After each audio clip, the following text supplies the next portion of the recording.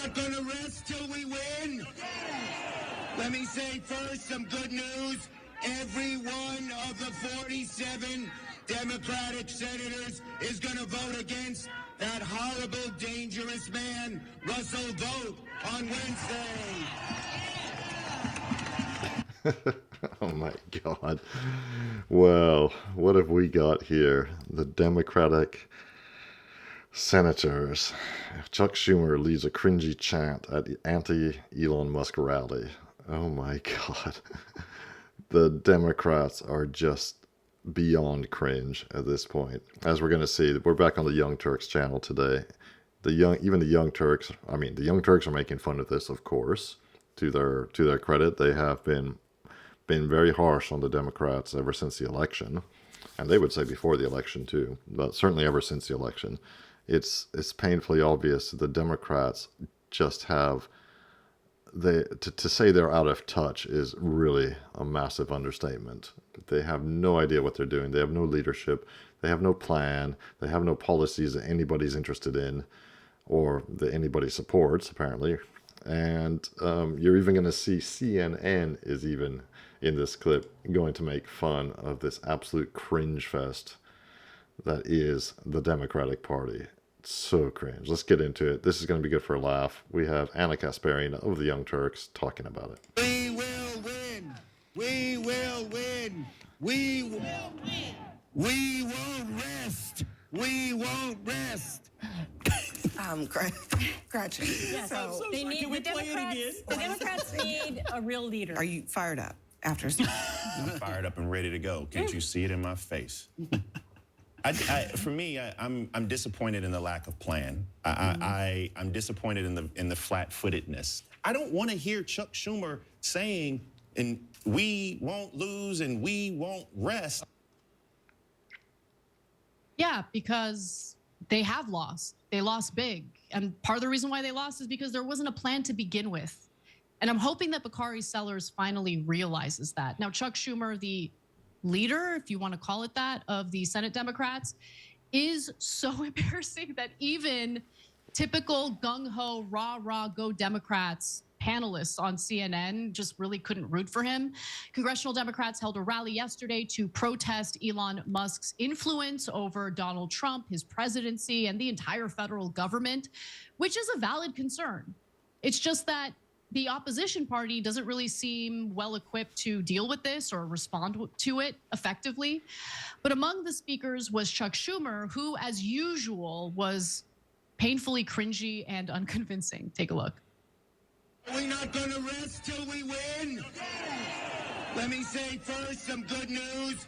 Every one of the 47 Democratic senators is going to vote against that horrible, dangerous man, Russell Vogt, on Wednesday.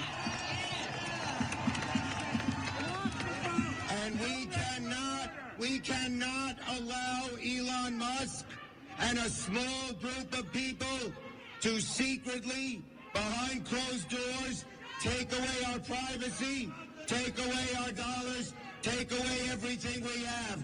We are going to fight this fight. I am going to stand with you in this fight, and we will win. We will win. We will win. We will win. We will win. We won't rest. We won't rest. We won't rest. We won't rest. Oh my God.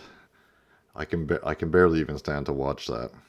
And the funny thing is, yeah, okay, there might be some concerns about Elon Musk, but what can the Democrats actually say? Elon Musk and his Doge team are just slashing away currently at U.S. aid, which has been shown to be financing all sorts of things that I think the vast majority of normal, ordinary Americans don't want their tax dollars spent on.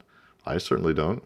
Not that I'm an ordinary American. I don't live in the United States, as you know. I'm commenting here from Europe, but I was born and raised in the United States, and I would not be happy to see what USAID has been up to.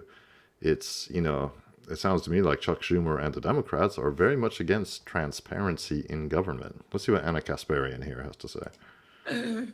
Okay, all right. Just a few things.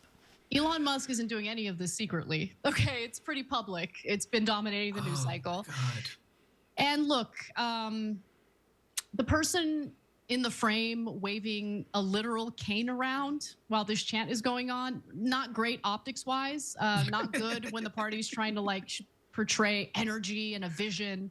But I look, I personally think that this is the result of the Democratic Party leaning too heavily on Trump bad as their campaign strategy.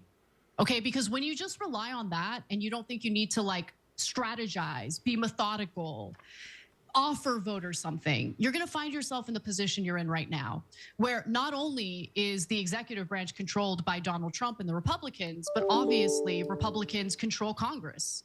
They have a majority in the Senate. All you need is a simple majority to confirm Donald Trump's nominees. Russell Vogt will definitely get nominated, or confirmed, I should say.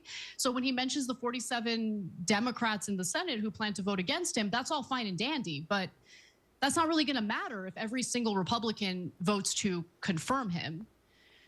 And of course, the House is also controlled by the Republicans. So I just think right now, Democrats are in a really bad place. And what they should be focusing on is going through everything Republicans are doing with a fine-tooth comb and pointing out all the different things that they said they were going to do on behalf of the working class and call them out when they're doing the opposite. Like right now should be their time to message and basically campaign on these guys are not really looking out for you, but they're not doing that, Waz. They're hyper obsessed with, you know, we've got to protect USAID. And then they talk about like, it's important to undermine China and Belt and Road.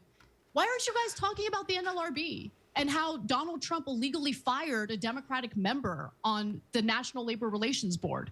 You guys lost working class voters. Wouldn't it be better to message about that? Like, they're just totally rusty when it comes to expressing a message or a vision that's appealing to the American people.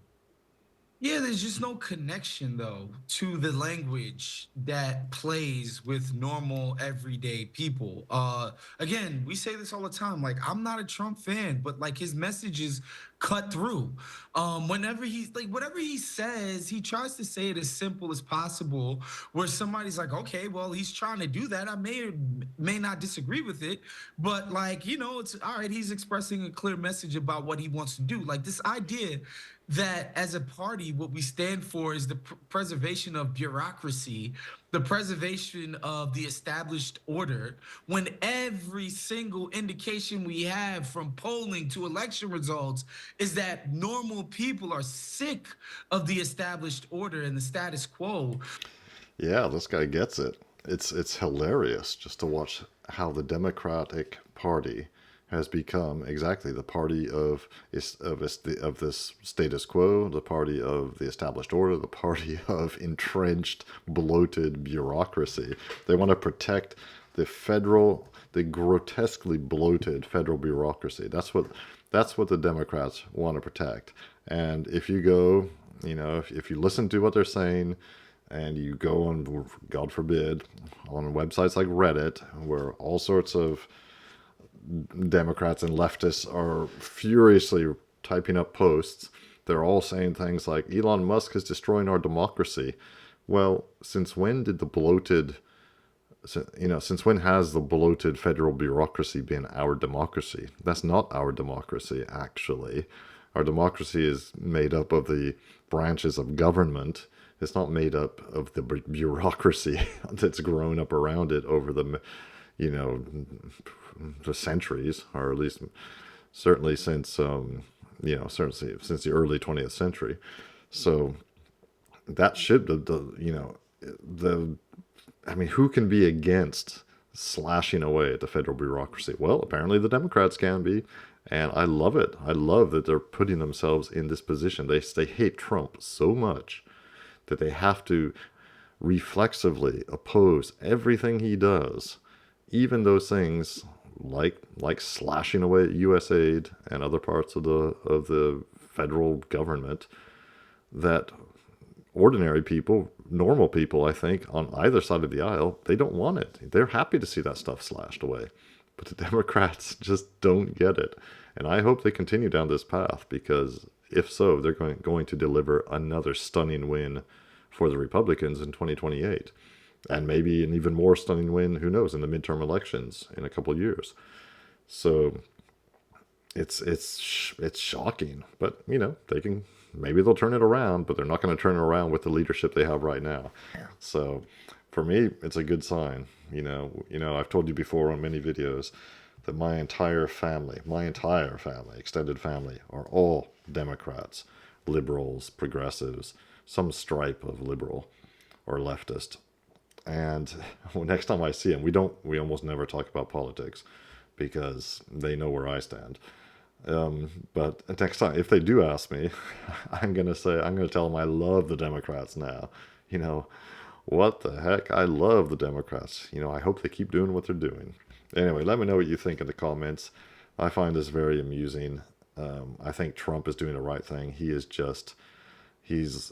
like a bull in a china shop. He's on fire. He's just, every single day, he's blasting out executive orders, you know, releasing statements or saying things to the press, which, you know, people are who's, you know, causing people's heads to explode. It's insane. It's crazy, but I mean, in a good way. It needs to be done. Of course, we'll see. I mean, I like what he's doing domestically. What he's doing abroad, like in Israel, well, we'll see. So far, I haven't been too impressed. But anyway, let me know what you think in the comments. And I will see you in the next video, after you like and subscribe, of course, because you like this kind of content, don't you? See you in the next one.